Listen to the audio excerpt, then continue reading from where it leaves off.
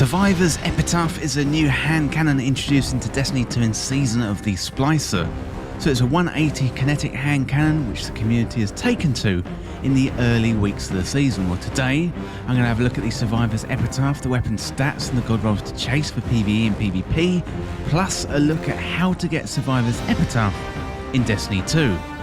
I'm also going to be checking out the lore at the end of the video, given all the great storytelling that's going on this season.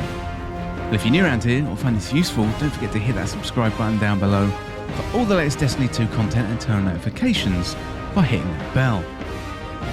Well, Survivor's Epitaph is a new legendary kinetic hand cannon, and it is a precision frame, meaning the recoil pattern on the weapon is much more predictably vertical. It fires quickly and it's got high accuracy. So looking at the stats, we've got 78 for impact, 39 for range, 60 for stability, 49 for handling, 50 for reload speed. It's a 180 rounds per minute hand cannon with 12 in the magazine. Well, next up, let's have a look at the Survivor's Epitaph PvP and PvE god rolls to chase. So this one comes with a huge array of possibilities on the rolls with nearly every perk possible. The upsides to this, there's some really deadly rolls out there at the moment, and the downside to this is that given the massive perk pool, the odds on getting the one that you want are much smaller. Well, for PvE, rapid hit and kill clip would be really good, or maybe outlaw and multi-kill clip. And for PvP, killing wind and snapshot sights would be a decent roll, or maybe quick draw and moving target. But let me know down in the comments what rolls you think are best and which ones you are looking out for. I got Surplus and Eye of the Storm, so I'm definitely going to be looking for a better roll as the season progresses. Well, next up, let's have a look at how to get the Survivor's Epitaph in Destiny 2. So to get this 180 hand cannon, it's a random drop from the end of Crucible matches. So it's one of the Crucible playlist weapons introduced in Season of the Splicer, alongside the Keening, Frozen Orbit, and also the Stars in Shadow. So we've got a sidearm there, a sniper, and also a pulse rifle. So there is no sure way to get the Survivor's Epitaph to drop. Just keep playing Crucible matches and it will drop for you eventually.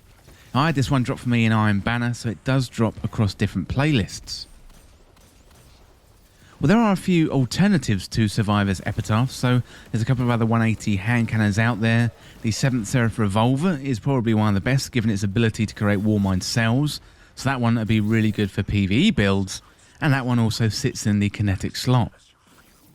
If you're looking for an energy 180 hand cannon, then Nature of the Beast is really good, and both of those can drop in the world loot pool at the moment, which means getting it from engrams, chests, or leveling up at vendors.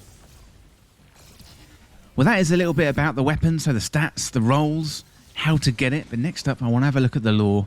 Some really interesting story beats this season. What with the Fallen in the Last City, Saint 14's conversations with Mithrax. So we've got Survivor's Epitaph lore. A weapon hides nothing. It is what it is, whether it wants to be or not. And that is from Saint 14 to Lord Shaxx. To be the first Elixni to bask in the presence of the Traveller, since the Whirlwind was an honour for Mithrax, Kell of House Light, never imagined for himself. As he stood on the tower walkway below the scar left in the wake of the Almighty, he meditated on the choices of his life that had led to that point. He wondered if there was a unifying thread binding all those events together, but he would have no time to ponder such things. A shadow crept over Mithrax, broad shoulders, a curling horn. Seeing the stark outline of Lord Shaxx looming on the stairs elicited centuries-old instincts, and it was temperance that kept Mithrax's hands from his weapon. "I didn't actually expect to find you here," Shaxx said, as he continued down the stairs with slow, plodding steps. "Were you there?" "What?"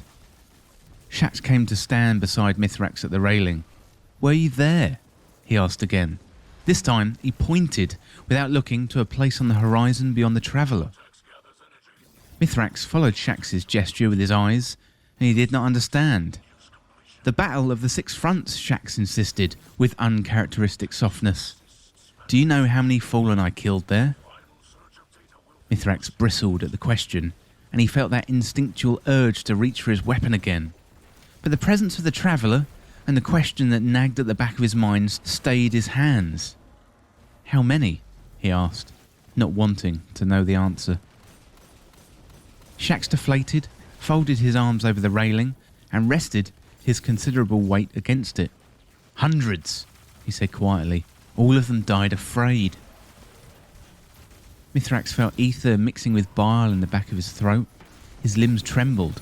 Rage burned in his gut, demanding manifestation. But he tempered his anger, sighed so deep that the ether on his breath was briefly visible as an iridescent cloud. "How many humans have you killed?" Shax wondered. "Too many," Mithrax answered, and even that felt insufficient on his tongue. The thought of it twisted his insides around. He sighed again, deeper this time, and Shax watched the subliminal ether glitter in the dim light. "When I heard you were in the tower," Shax said, "I thought I'd just throw you over the edge of the wall.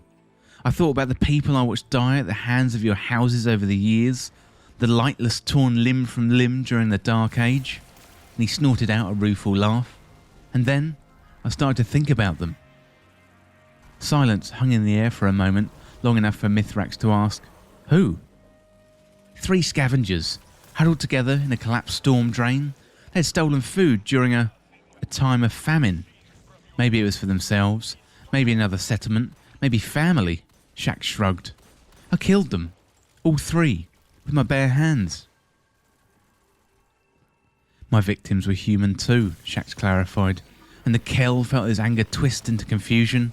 "I was a warlord in the Dark Ages, convinced myself of the necessity of my own barbarism by painting it with noble colours.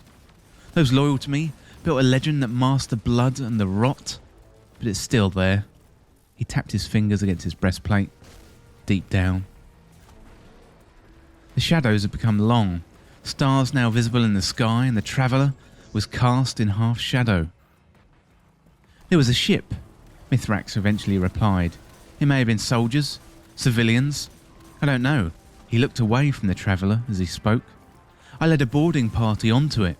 We slaughtered any who resisted and rounded up those who surrendered." Shax turned to look at Mithrax, a wordless question in his faceless mask.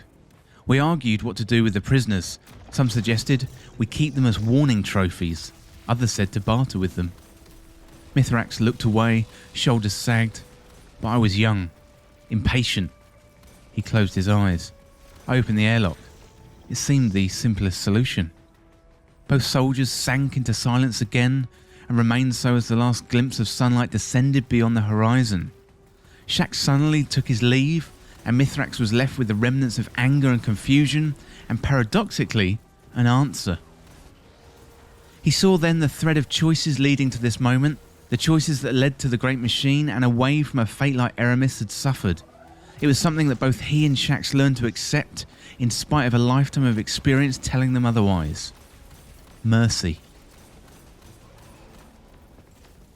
Once again, really great stuff there from the lore, and it shows you the nuance as the Elixni have come into the last city. It's really interesting to see all of these characters like Lord Shax interacting with Mithrax, and I bet we've got a really exciting time ahead of us this season, and loads of more really good lore to come.